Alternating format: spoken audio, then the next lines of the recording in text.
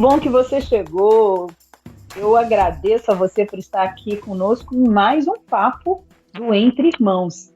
E o Entre Irmãos é uma conversa com pessoas que têm o mesmo pai. Aí você vai falar assim, como assim? É, o Pai do céu, esse é o nosso Pai.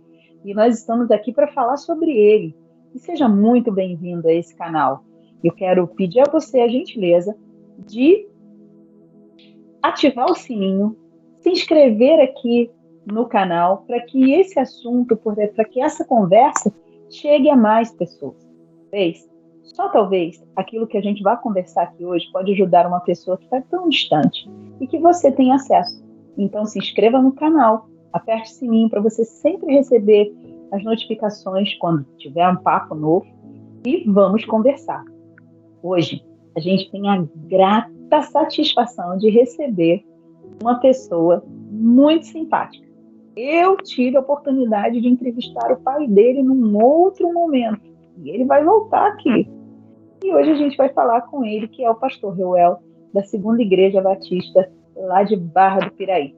Eu espero que você goste dessa conversa. Fique com a gente até o final e receba um pouquinho daquilo que Deus preparou para você no dia de hoje. Pastor Reuel, seja bem-vindo. Obrigado, Neuza. Boa tarde, pessoal que está acompanhando aí o Entre Irmãos. Que Deus abençoe abundantemente. Eu gostaria de pedir, porque não tem ninguém para te apresentar melhor do que você. Conta um pouquinho quem é o Reuel. Bom, eu sou barrense, interior do Rio de Janeiro, nascido aqui, criado aqui. Depois, quando eu comecei a faculdade, eu passei aí por alguns lugares estudando, né? Mas acabei voltando para Barra do Piraí, voltando com a minha família. Então, eu sou casado com a Raíza, minha companheira para qualquer aventura, e pai também de 4 filhos. A Olivinha, que tem 6 anos, a mais velha, o Tomás, com 2 anos, e a Clarice e a Emília, gêmeas, 6 meses, que chegaram agora no fim de dezembro, presentes do Senhor para nós.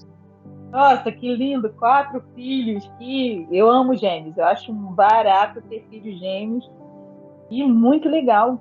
Ainda mais no tempo de hoje, quando as pessoas estão correndo dessa responsabilidade, estão evitando ter filhos, querem um filho só. Como é ser pai de 4 filhos, partindo do princípio que o Salmo 128, se eu não estou errada, diz que eles são flechas, né? Sim. Na mão do guerreiro. Como é que é ter 4 flechas aí na sua mão? Posso dizer que a minha aljava está repleta, viu? Na verdade, é uma experiência maravilhosa. Só que ela sentiu muito mal, ficou muito enjoada durante as 2 gestações. E na terceira vez ela falou, olha, agora chega. A gente queria uma família grande aí, mas eu não aguento mais do que 3 gestações, então a gente vai parar por aqui. E aí eu virei para ela e falei, se a gente vai parar por aqui, então eu vou orar para Deus mandar 2 de uma vez só, que aí resolve o problema. Ai, veio! E como Deus responde a oração, né? Olha, isso foi uma senhora oração respondida. De fato. E aí o engraçado é que a gente descobriu que eram gêmeos, aí foi aquela alegria. E a nossa filhinha mais velha falou, papai, mamãe, eu vou orar então para serem 2 meninas. E isso quando a gente ainda não sabia, não tinha conseguido ver o sexo, né? Ela falou, vou orar para serem 2 meninas. E mais depois a gente descobriu que são 2 meninas, de fato. Um menino jovem, vou botar assim, e pedir 4 filhos, né? Querer uma família grande. E Deus, na sua infinita bondade e misericórdia, te concedeu isso. Então, falando desse Deus misericordioso, amoroso, zeloso e que responde à oração, né? Eu soube que você estudou física na USP. E o que te levou a estudar física? O que te levou para esse lugar, já que hoje a gente fala tanto de física, física quântica, universo, Deus? O que te levou a fazer física? Foi querer conhecer mais de Deus, não por estudar a Bíblia só, né? Porque eu nasci na igreja, fui criado na igreja, sempre amei estudar a Bíblia. Então eu queria conhecer mais de Deus, não por aquilo que eu estudava na Bíblia, mas conhecer Deus no que era possível de ser conhecido pela criação de Deus, não é? Porque a convicção, por exemplo, de que os céus proclamam a glória de Deus e o firmamento anuncia as obras das suas mãos, sempre foi muito clara, foi muito forte dentro de mim. E aí eu pensava comigo mesmo, bom, se o céu anuncia a glória de Deus, se o firmamento fala das maravilhas, das obras das suas mãos, eu quero conhecer pelo menos de uma outra perspectiva a respeito desse Deus tão maravilhoso a quem a gente serve, por meio daquilo que ele faz, não é? E aí nessa eu me aventurei, me lancei na física. Foi um período bastante intenso, foi muito interessante, não é? Assim, ter contato com o ambiente universitário, numa área tão, assim, tão intensa quanto é a física de fato. Eu não cheguei a concluir o curso, na verdade faltava até bem pouco, mas eu cursei ali por 3 anos e meio, depois deixei a física. Foi um tempo muito bom, mas também deixei sem peso no coração, foi na hora certa e o Senhor conduzindo a cada momento. Você foi nascido e criado na igreja, você vai para uma faculdade de exatas, né? E a gente sabe que a física, as pessoas têm eu posso dizer que certezas, né, absolutas sobre tal coisa, a ciência explicável de tudo, e Deus é algo inexplicável. Como diz a música, ninguém explica Deus, né? É algo inexplicável, mas chegar na física, estar lá por 3 anos e meio, em algum momento abalou a sua fé?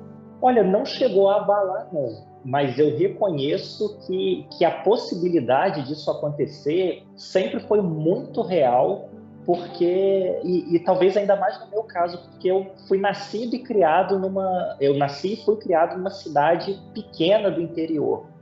E aí, de repente, eu me vejo morando em São Paulo com um monte de coisa que não tem na minha cidade, e aí de um jeito muito particular na física, que é, assim, talvez uma das principais, junto ali com matemática, é uma das principais faculdades da área de exatas.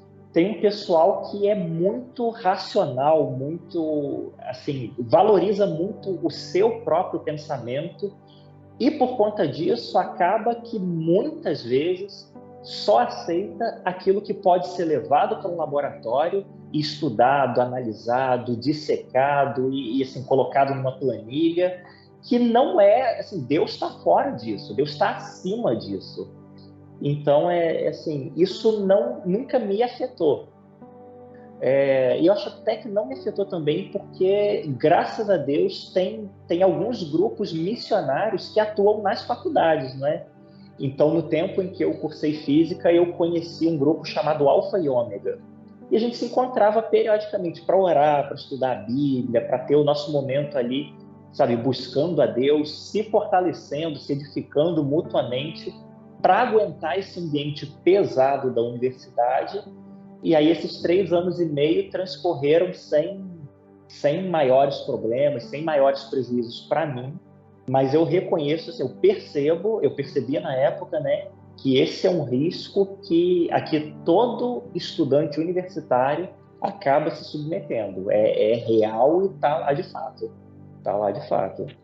Então, saber onde se está firmado, você acredita que os seus alicerces, já que você veio de uma família cristã, numa ambiência, né, de igreja, seu crescimento, você foi para a faculdade com que idade, pastor? Eu fui com 18 anos. 18 anos é uma fase realmente que o jovem está querendo soltar as suas amarras. Eu vou ganhar o mundo, eu agora posso fazer o que eu quiser, estou longe do meu pai, da minha mãe, estou saindo de uma cidade pequena e indo para um mundo que é São Paulo. E aí seria a oportunidade de se rebelar e se perder, mas você acredita que o seu alicerce, a sua base, a sua estrutura, aquilo que te manteve firme até chegar lá, foi algo primordial para te manter de pé e não fazer com que você se desviasse? Ah, sem dúvida, sem dúvida. A base toda, a bagagem que eu recebi em casa dos meus pais, na igreja também, sendo sempre ensinado enquanto crescia a amar o Senhor, fez toda a diferença, porque quando eu cheguei lá, por mais que essas oportunidades todas surgissem, mas tinha uma base forte. Tanto é que uma das primeiras coisas que eu fiz foi, achando uma casa, né, definindo onde eu ia morar, uma das primeiras coisas que eu fiz foi procurar uma igreja ali perto. E aí eu encontrei uma igreja muito bacana, uma igreja bem pequena, e ela ficava justamente no caminho entre a minha casa e a faculdade. Então, de vez em quando, eu saía de casa e quando estava indo para a faculdade, eu parava ali na igreja para ver se o pastor estava lá. E a gente sentava, a gente conversava um pouquinho, a gente orava. Então, assim, eu fui para lá disposto a nutrir a minha vida com Deus, nutrir a minha piedade. E isso porque eu aprendi desde pequeno a amar Deus e quando chegou a hora de caminhar com as próprias pernas, com as minhas próprias pernas, eu já sabia o caminho por onde seguir, e aí a caminhada, por mais que não tenha sido fácil, mas ela foi, sem dúvida alguma, facilitada por meio desse processo, né, desse treinamento recebido. E aí fica a dica também, o encorajamento para os pais e mães de investirem na vida dos filhos, ensinando, e quanto antes melhor, ensinando os filhos a amar o Senhor, porque o que a Bíblia garante é que se a gente ensinar no caminho que o filho, que a criança deve andar, o tempo vai passar, a criança vai crescer, vai se tornar homem e mulher, mas a semente vai estar lá dentro e ela vai germinar e vai produzir frutos. E aí você deixa a faculdade de física e vai para onde? Eu larguei a física sem arrependimento nenhum para ingressar no curso de teologia, porque eu tive a firme convicção de que Deus estava me chamando da física para o ministério. Eu não sabia exatamente ainda que área do ministério, mas uma coisa era clara: eu precisava me entregar completamente para servir a Deus, e eu fui nessa e feliz da vida, viu? Com muita paz no coração. Muita paz no coração. O que a física te ajudou a compreender a teologia? Já que você entrou na física para conhecer Deus melhor, Sim. compreender. E aí Deus diz para você: vem cá, meu filho, já que você quer me conhecer melhor, vamos falar sério agora? Sim. Vem para cá, vem para mais perto, já que você quer me conhecer, vem cá, vem saber quem eu sou. O que a física agregou para você nesse processo de transição? Olha só, talvez uma das coisas mais marcantes que eu tenha vivido com relação a Deus na área da física, enquanto eu estava na física ainda, foi numa disciplina que eu peguei de astrofísica. Eu nem não lembro o nome da disciplina. Eu sei que tinha a ver com o universo e com observação de planeta, de estrela, e calcular as dimensões estelares e tal. É uma coisa que até hoje eu gosto. De vez em quando eu coloco lá no YouTube vídeo que mostra galáxia, documentário e coisa desse tipo. Mas eu me lembro que nessa disciplina a gente foi para um observatório um dia, numa cidade um pouquinho mais afastada de São Paulo, para observar os astros. E aí quando a gente começou a observar aquilo que estava tão distante, mas tão longe, eu comecei a me dar conta da grandeza de Deus, do tamanho de Deus, e eu pensei: meu Deus, aquilo que eu leio na Bíblia eu estou conseguindo não ver exatamente, porque a gente nunca vai conseguir ver. Nunca vai conseguir. Mas jamais, jamais. Mas, por exemplo, eu me lembro do texto de Isaías, lá, capítulo 40, versículo 12 e seguintes. O texto diz: quem mediu as águas com a concha da mão, quem mediu a extensão do céu com o palmo, e vai falando da grandeza de Deus comparado ao universo. E aí eu me lembro, lá no observatório, uma noite, vendo um planeta tão distante, eu consegui ver Saturno direitinho ali, com os anéis, com tudo, pelo telescópio. Eu fiquei pensando: meu Deus, o negócio que está tão longe foi Deus que fez. E isso significa que Deus é muito maior do que essa distância daqui até Saturno. E isso foi aquecendo meu coração de uma maneira tão preciosa, assim, tão marcante, que até hoje eu me lembro dessa experiência com carinho, e isso sempre vem à minha mente quando eu paro para assistir vídeo ou falar de assuntos correlatos, né? entender a dimensão e a grandeza de um Deus tão amoroso, tão poderoso, e que teria tanto lugar para morar e escolheu morar numa casinha tão humilde chamada ser humano, né? Exatamente. Podia morar em qualquer lugar do universo, mas ele escolheu morar em nós, através do seu Filho, através do doce Espírito Santo. Mas, pastor, me fala uma coisa que hoje se fala muito, física quântica. O que isso tem a ver com Deus? Ou não tem nada a ver com Deus?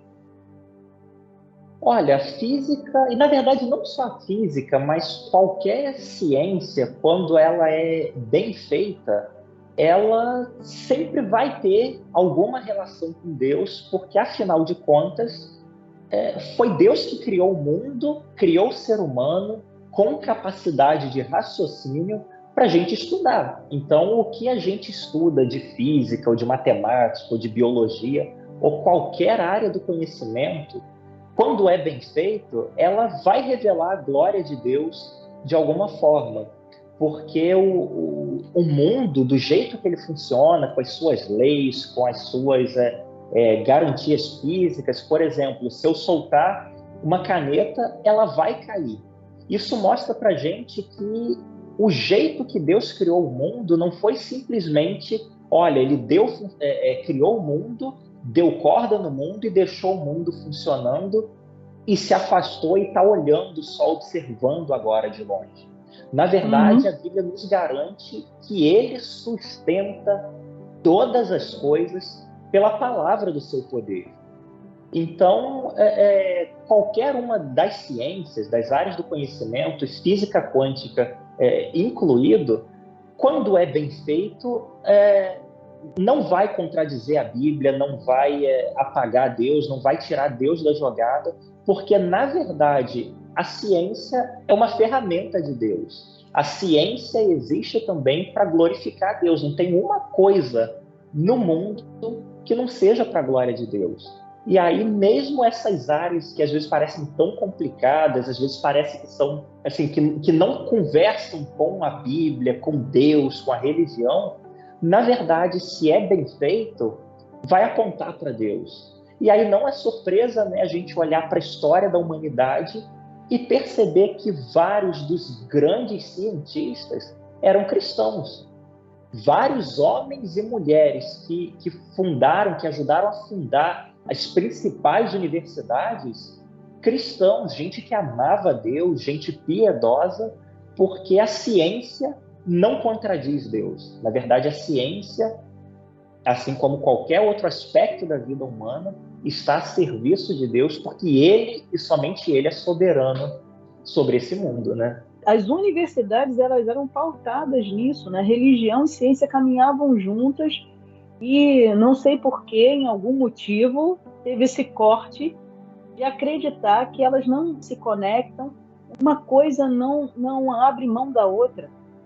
E o conhecimento é necessário para todos nós. Muitas pessoas dizem que os cristãos atribuem, cristão é ignorante, não vou ser cristão porque é ignorante. Pelo contrário, as faculdades foram criadas, as grandes universidades foram criadas por pessoas que eram cristãs. Então, isso quer dizer que conhecimento é necessário. Sem dúvida alguma, sem dúvida alguma. E uma coisa que me chama muito a atenção é que no passado parece ter havido muito mais gênios, né, por assim dizer, do que a gente encontra hoje. E aí quando a gente olha para aqueles gênios do passado, cristãos, e eu acho muito curioso que a partir do momento, depois que a universidade começou a rejeitar essa ideia de Deus, essa realidade de que Deus existe e intervém na vida humana, o nível de conhecimento de gênios parece que caiu de uma maneira absurda. Então, isso sempre me chamou a atenção. No passado, enquanto os homens e mulheres eram piedosos, eram tementes a Deus e eram muito racionais, eram, assim, mentes brilhantes de fato, como tudo caminhava bem. Mas a partir de algum momento em que as coisas começaram a tomar caminhos opostos, a gente vai sentindo as consequências disso tudo, né? Fica uma reflexão de pensamento.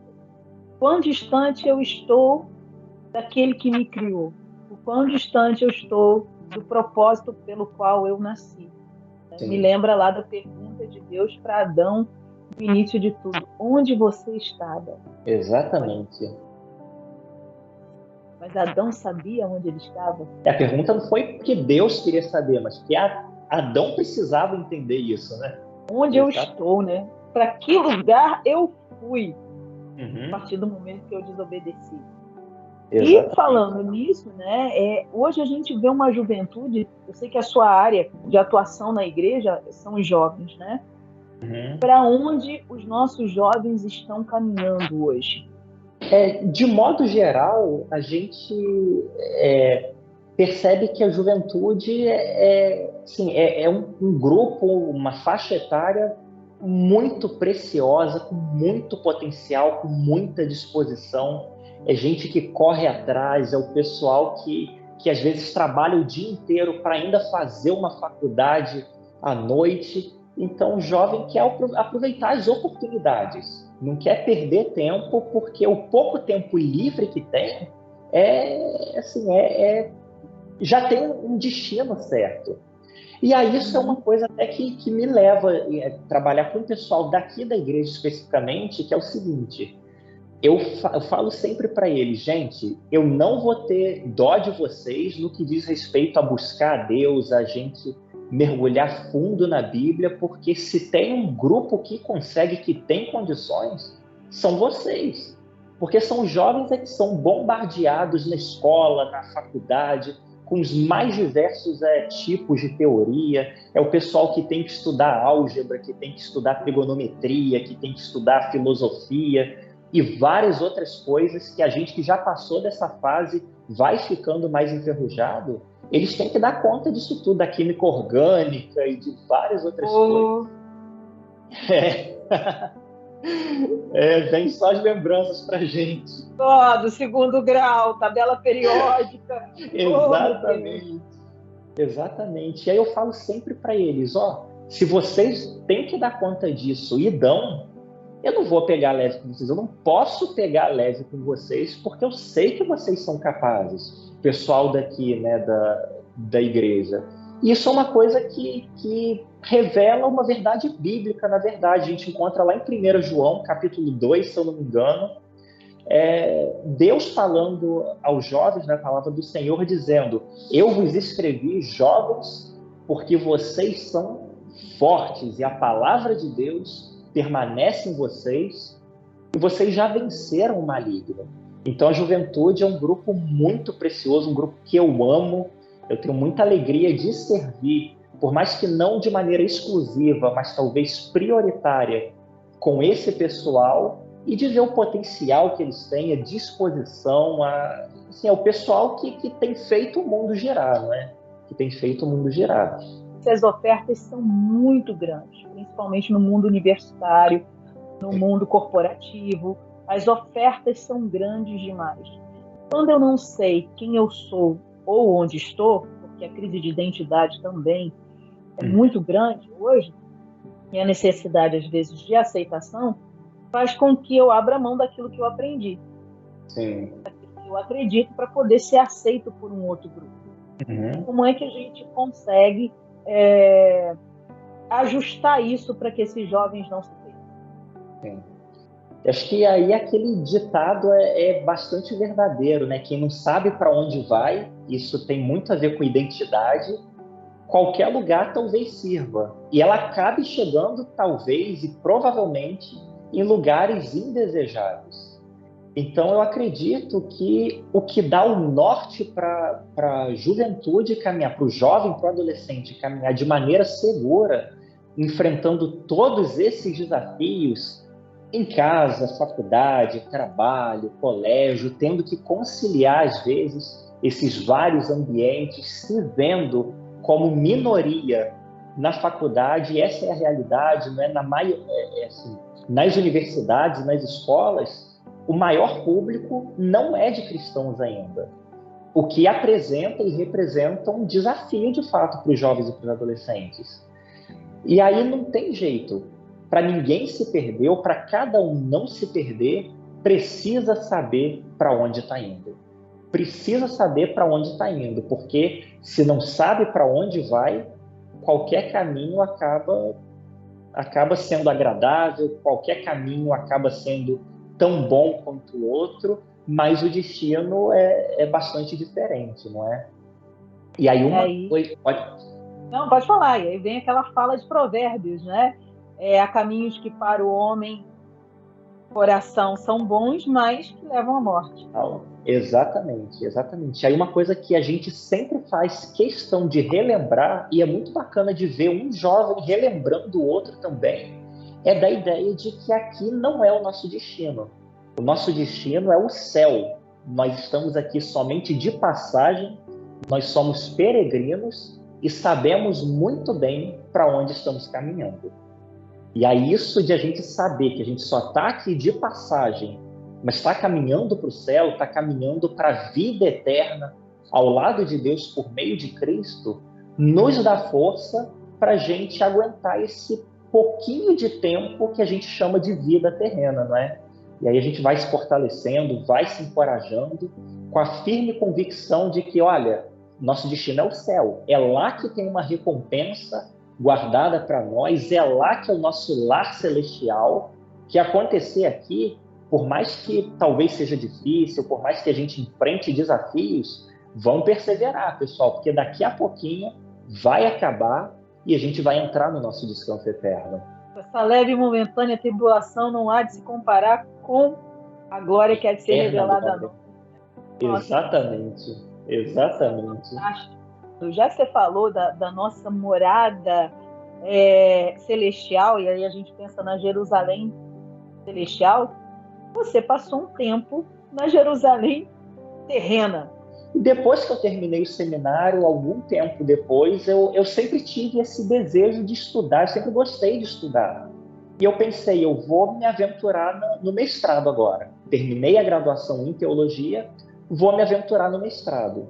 E aí, fazendo o curso, conversando com um, conversando com outro, Deus abriu uma oportunidade e eu ganhei uma bolsa de estudos para ir estudar em Israel, para fazer o mestrado lá.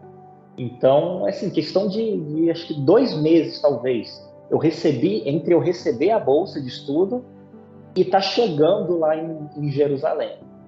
E aí eu fui para fazer um mestrado em filologia antiga, passei 2 anos que foram assim, muito marcantes em diversos aspectos para mim. Então, assim, é bênção de Deus e tive essa oportunidade. E como foi estar neste lugar que a princípio a gente só vê na Bíblia, e hoje eu vejo que pessoas têm verdadeira fascinação por ir para Israel, chegam até a idolatrar a cidade. Quando a gente chega lá em Israel, já me perguntaram, eu tive a oportunidade de 2 vezes, o que você sentiu quando chegou lá? O que foi viver naquele lugar, uma cultura diferente, uma história diferente, e por 2 anos? Não dá para a gente negar que, para quem tem um contexto religioso, um contexto cristão, é de fato uma experiência muito marcante. Então, por exemplo, eu me lembro que eu cheguei lá em Jerusalém, fui para a casa onde eu ia morar, e eu acabei de deixar a minha mala, conversei com meu colega de quarto, eu estava morando na casa da faculdade, né, no alojamento da faculdade, e aí eu me apresentei para o meu colega de quarto e tal, que já estava lá há algum tempo, e aí ele abriu a janela da nossa casa e falou para mim, você sabe o que monte que é aquele ali? Eu falei, não, que monte que é? Ele falou, ali é o Monte das Oliveiras. E aí aquilo me deu um choque, porque eu pensei, meu Deus, é o Monte das Oliveiras. Sabe, que a gente lê na Bíblia tantas vezes, que a gente conhece, sabe de tantas coisas que aconteceram ali, e eu tô vendo agora, assim, que privilégio. Então, por esse lado, é chocante de fato, é marcante poder conhecer não só o Monte das Oliveiras, mas aí vem todos os lugares que a gente lê na Bíblia, não é? É assim, uma experiência muito bacana. Mas a gente não pode negar também que Jerusalém, que o país, que Israel, é um país assim, com constituído de pessoas normais, de seres humanos normais, que têm o seu dia a dia como qualquer outro país. E aí, talvez qualquer cidade muito antiga que existe até hoje seja assim, que é o seguinte: tem a parte antiga da cidade, que geralmente é cercada por um muro, e é o que a gente via na Bíblia, a gente consegue ter uma ideia, mas a cidade cresceu para muito além dos muros da cidade. Então, hoje mesmo, quando a gente vai em Jerusalém, tem a parte antiga da cidade, com os muros ali, com o tanque de Betesda, com o monte do templo, com o muro das lamentações, tudo muito antigo. Tem Cidade de Davi. Cidade de Davi, exatamente, exatamente. Logo do lado, o Monte das Oliveiras. Isso é a parte antiga da cidade, que é uma parte pequena, porque, para além disso, a gente tem shopping, tem trem que passa pela cidade, tem ônibus, tem restaurante, tem Os comércios. os comércios, exatamente. Então, tem tudo que qualquer cidade grande, qualquer capital tem. E aí entra esse choque, porque coexistem ali, quase que no mesmo espaço, uma parte muito antiga de costume, de vestimenta, de tradição, e a parte nova de ver motor, de ver polícia, de ver tudo aquilo que a gente está acostumado, né? Eu tive a oportunidade de estar ali por 2 anos seguidos, em 2 épocas diferentes, que foi inverno e verão. Eu gostaria muito de ir no período da Páscoa para ver culturalmente como seria isso, conhecer essa parte cultural, né? Com a Bíblia na mão, e é emocionante você passar por alguns lugares e falar, poxa, aqui aconteceu isso, aqui aconteceu aquilo, aqui aconteceu tal milagre, mas ao mesmo tempo fazer uma reflexão. Passando de carro para uma cidade e outra, eu olhei e falei assim, hoje eu estou passando aqui de carro, mas o mestre andou por isso aqui a pé, debaixo de um sol quente daquele, que você passa por lugares que você não vê uma barraquinha de água. Sim. Não vê um camelô, como a gente vê aqui, para Sim. vender aguinha de coco. Nada Não disso. tem. Uma secura que só. E aí cabe aquela reflexão, né? Ele disse que nós faríamos obras maiores ainda do que daquele fez. Jesus fala isso, né? Vocês farão obras maiores que as que eu fiz. Sim. E aí eu penso, o que nós estamos fazendo de maior para ele? O que o povo de Deus está fazendo de maior com o que temos? Será que o excesso de tecnologia ou o excesso de facilidade que nós temos hoje está nos levando a fazer essa obra maior? Porque ele não tinha nada disso. Ele não tinha internet, a gente está aqui conversando, né? Você está em Barra do Piraí, eu estou no Rio de Janeiro, a internet faz essa proximidade, mas com o que temos hoje, você acredita que nós estamos fazendo essas obras ou ainda falta muito? Eu acho que temos a possibilidade de fazer, de fato, essas obras que ele falou. Porque se ele falou que nós faríamos, então uma coisa é certa: nós faríamos, devemos fazer, não é? E aí, uma pergunta que surge em torno disso é: mas que obras maiores são essas que ele falou que nós faríamos? Porque Jesus fez muita coisa grande, ele curou muita gente, ele libertou diversas pessoas, ele ressuscitou mortos. Jesus fez umas coisas que foram sobrenaturais de fato. E aí, quando ele diz pra gente que a gente ainda faria obras maiores do que a dele, é uma coisa que faz a gente pensar. E eu sou levado a entender essas obras maiores com relação ao alcance das obras. Porque, como você disse, tudo aquilo que Jesus realizou, ele realizou numa época e sob condições sem tecnologia nenhuma. Então, por exemplo, hoje Israel não é um país muito grande. É um país cuja área equivale à área de Sergipe, talvez. A população do país inteiro talvez não seja maior do que a população do Rio de Janeiro. Então, assim, não é um país muito grande. Hoje, se a gente quiser cruzar o país de norte a sul, Em 2, 3 horas de carro, a gente entra no país e sai do outro lado do país. Para Jesus, naquele tempo, não era assim. Hoje a gente vai para uma estrada de asfalto, tudo bonitinho, e vai direto.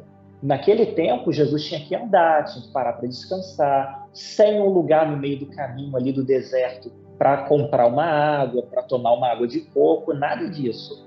Então, no tempo de ministério de Jesus, que foi um tempo muito intenso, né? 3 anos e meio muito intensos, Jesus teve um alcance ali. Ele curou, libertou pessoas, ressuscitou numa região.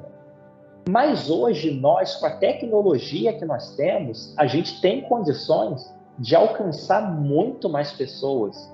Por exemplo, a gente faz uma transmissão que fica gravada, a gente não sabe quantas pessoas a transmissão vai chegar, a quantas pessoas a transmissão vai chegar. A gente faz uma postagem no Instagram que vai sendo compartilhada, daqui a pouco ela viraliza e a gente não tem noção de quem vai ser alcançado com aquilo.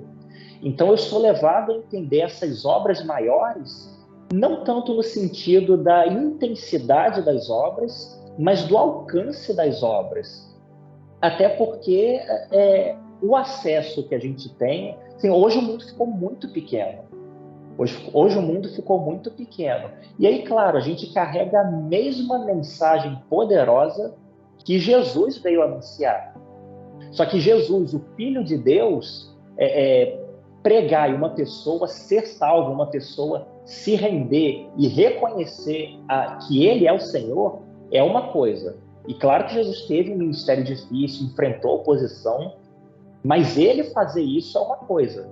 Agora imagina a gente aqui, pecadores, meros mortais, pregando e uma pessoa se convertendo. Olha que coisa muito maior, muito mais impactante. Então eu entendo que essas obras maiores vão no sentido da extensão que a gente consegue chegar, embora a nossa mensagem seja exatamente a mesma mensagem que ele carregava, que ele é o caminho, a verdade e a vida, ninguém vai ao Pai se não for por ele. Mas a gente precisa pregar, né? A gente não pode ficar calado. Sem dúvida. A oportunidade está aí para a gente, né? A gente não pode perder essas oportunidades. E falando em oportunidade, eu soube também que você foi parar no Reino Unido. Foi antes ou depois? Foi depois de Israel? Para um menino que nasceu em Barra do Piraí, uma cidade pequena, você já foi para Israel, foi para a Ásia e agora foi para a Europa. Como é que é isso? E voltou para o Brasil, né? Eu comecei a pesquisar outras universidades para eu sair de um lugar e ir direto já, para eu sair de Israel e emendar direto nos estudos nesse outro lugar.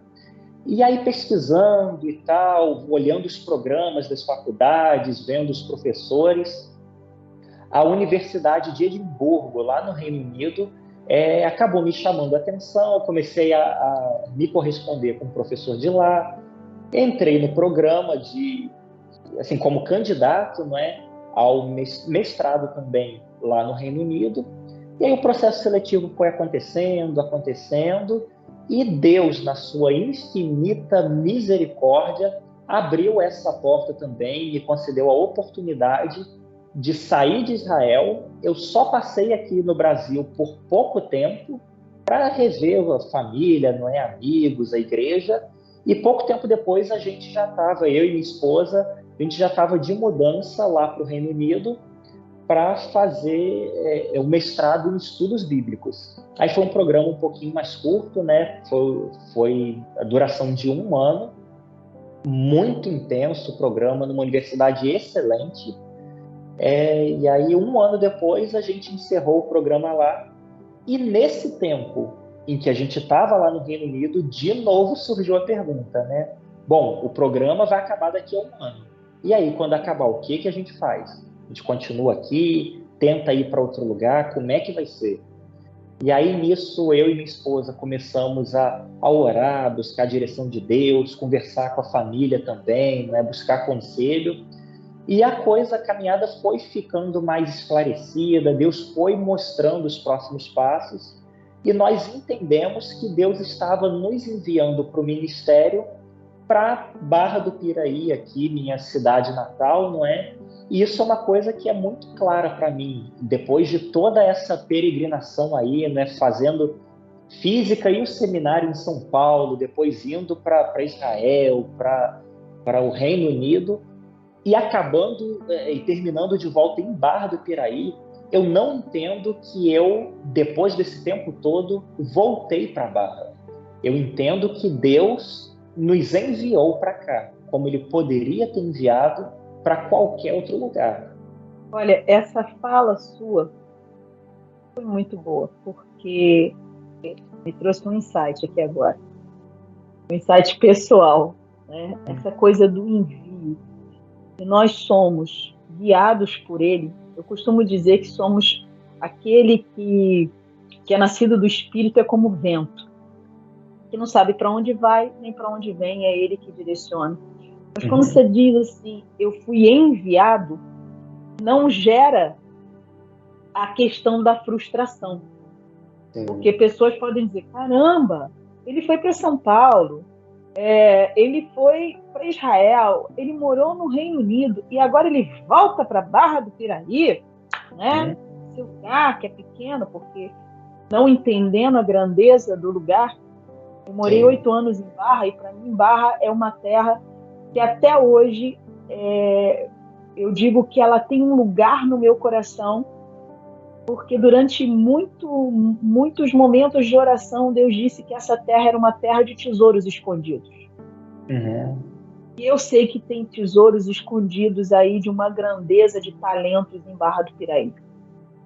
Então, voltar para Barra, né, ser enviado para Barra, é sinal de que Deus quer fazer coisas grandes através de você, da sua família. E aí não fica essa frustração, eu voltei para Barra. Não, eu fui enviado para Barra, até o tempo que Deus permitir que eu esteja aqui fazendo uma obra, né? Talvez até para dizer isso para os jovens. É possível ir para outros lugares, é possível sonhar alto. Em algum momento da sua vida, você pensou que um dia você iria para esses lugares tão longínquos? Nunca imaginei. Eu ficava surpreso, e isso até pouco tempo antes de sair para estudar fora, de fato. E não era uma possibilidade assim, que eu nem considerava como possibilidade de fato, porque não fazia parte da realidade isso de sair para estudar fora e tal. Então nunca imaginei que isso fosse acontecer, até ver que estava acontecendo de fato ali, que Deus estava abençoando e as portas foram se abrindo e Ele ia mandando sustento, e Ele ia entrando com provisão. E aí, quando eu olho para trás, não tem como render toda a glória ao Senhor, porque eu tenho muita convicção, eu tenho 110% de certeza que esses caminhos pelos quais eu passei, foi o Senhor que permitiu, foi Ele que conduziu, porque se não fosse Ele, de forma alguma, teria sido eu. E aí, esse processo de vir para a Barra, como você disse muito bem, não gera esse tipo de frustração e nem de apego também, assim, uma determinação de, não, Barra é a minha cidade, é a minha terra natal, eu tenho que ficar lá porque é lá que eu estou em casa. Claro, eu amo essa cidade, amo a minha igreja aqui, amo esse lugar, nasci, cresci aqui, mas principalmente eu amo estar na presença de Deus. Graças a Deus, Ele me enviou para cá de volta, Ele nos enviou, né, a minha e minha família, nos enviou para cá, por mais que o nosso coração esteja aqui, mas a gente está nas mãos de Deus e prontos a seguir o direcionamento dEle para onde quer que ele mandar, quando Ele mandar também, né? Eu ficaria aqui a tarde inteira, o dia inteiro, a noite, batendo papo com você, porque é muito bom. Mas eu queria que você deixasse as considerações finais agora, principalmente para essa juventude. A gente começou essa conversa, você falando de oração, falando de Deus que responde à oração, de Deus que concede os sonhos do homem. Você começou falando dos seus filhos. E eu queria que você deixasse uma consideração final para esses jovens que aguardam, esperam, se acham improváveis, né? Que Deus realiza aquilo que Ele faz, e terminasse com uma oração. Em primeiro lugar, encorajá-los a sonharem grande, porque o nosso Deus é grande. Nosso Deus abre portas onde a gente não imagina que possam ser abertas. Ele vai criando caminhos onde a gente nem imagina muitas vezes. E se nós nos deleitarmos nele, é o que a palavra diz, né? Ele concederá os desejos do nosso coração. Ele é poderoso para nos fazer ir muito além de onde nós jamais pensamos chegar. E uma segunda consideração também é que vivam todos os dias das suas vidas para a glória do Senhor, porque a nossa vida é muito passageira, é muito breve, ela passa muito rápido, é como um vapor, é como fumaça. Hoje a gente está aqui e daqui a pouquinho a gente não está mais, mas há uma vida eterna para ser vivida. E a melhor maneira de nós vivermos e nos prepararmos para a eternidade é vivendo agora para a glória do Senhor. Alguém disse que a vida é muito curta e é melhor aproveitar. E uma outra pessoa, então, homem de Deus, respondeu: é verdade, a vida é curta e é melhor aproveitar, mas a eternidade é muito longa, então é melhor você se preparar. Então, que vivam todos os dias, vivamos nós, né? Todos os dias que o Senhor nos concede para a glória dele somente, porque é a melhor escolha que nós podemos fazer. Perfeito, essa frase eu vou guardar. A vida é muito curta, então aproveite, mas a eternidade é muito longa, então se prepare para ela. Não, fantástico isso. Vamos orar. Deus amado, eu te agradeço pela oportunidade que o Senhor me dá de estar conversando com a Neuza. Muito obrigado por esse tempo tão precioso, Pai. Que o Senhor a abençoe, não apenas a ela, mas a cada um que esteve nos acompanhando aqui no Entre Irmãos. Que as tuas bondosas mãos repousem sobre cada um de nós, nos fazendo sonhar grande para o Senhor, nos fazendo descansar na tua provisão, na certeza de que o Senhor é poderoso para nos levar além, mas nos levando também a considerar como temos vivido a nossa vida, Pai, de tal maneira que cada momento que o Senhor nos dá seja vivido para a tua glória. Que o Senhor nos abençoe, nos leve a depender cada vez mais do Senhor. É o que nós te pedimos e te agradecemos desde já, em nome de Jesus. Amém e amém. Queridos, muito obrigada por você ter estado conosco até esse momento. Eu espero que você tenha gostado dessa conversa. Para mim, caíram muitos downloads, porque não cai mais ficha não, gente. A gente não tem orelhão. Então, são os downloads que vão baixando em sites novos. Espero que você tenha tido algum e que você leve para você essa frase que eu já guardei. A vida, ela é curta, então aproveite. Porém, a eternidade é muito longa, então se prepare para vivê-la. Então não abra mão de viver a eternidade. Dá uma olhada na rota, refaça o caminho e veja se você está seguindo para a vida. Porque o Senhor da vida disse que Ele era o caminho, a verdade e a vida. Ninguém vai ao Pai se não for por Ele. Veja por onde você está andando, siga o caminho é Jesus. Te aguardo no próximo Papo Entre Irmãos. Fique bem e leve. Te aguardo.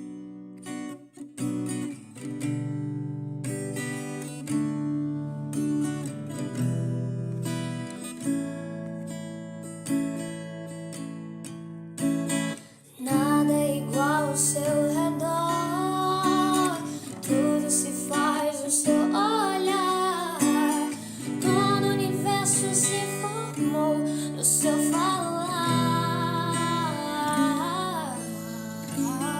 Teologia pra explicar, ou Big Bang pra disfarçar. Pode alguém até duvidar, sei que há um Deus a me guardar. E eu, tão pequeno e frágil, querendo sua atenção. coração. No silêncio encontro resposta certa então.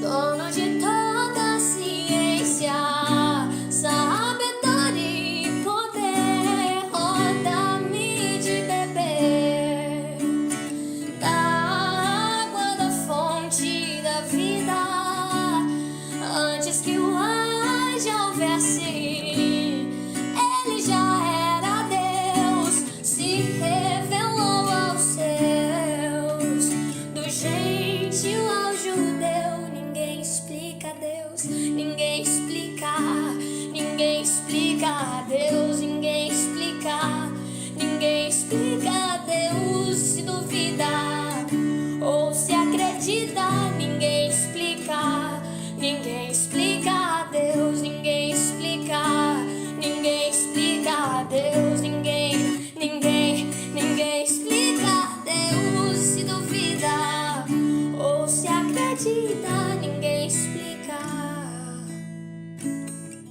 ninguém explica, ninguém explica Deus, ninguém explica, ninguém explica Deus. Se duvida ou se acredita, ninguém explica, ninguém explica.